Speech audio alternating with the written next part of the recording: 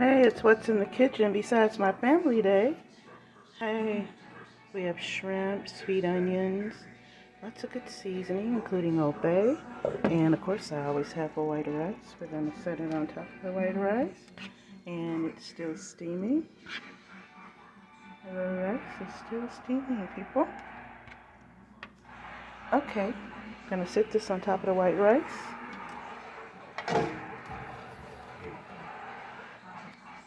Wow, look at this presentation.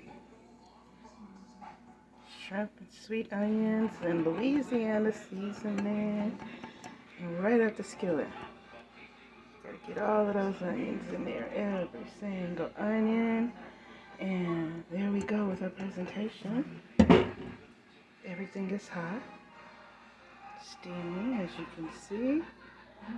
But shrimp, sweet onions, great Old Bay spices, garlic, onion, right on top of white rice. What's in the kitchen?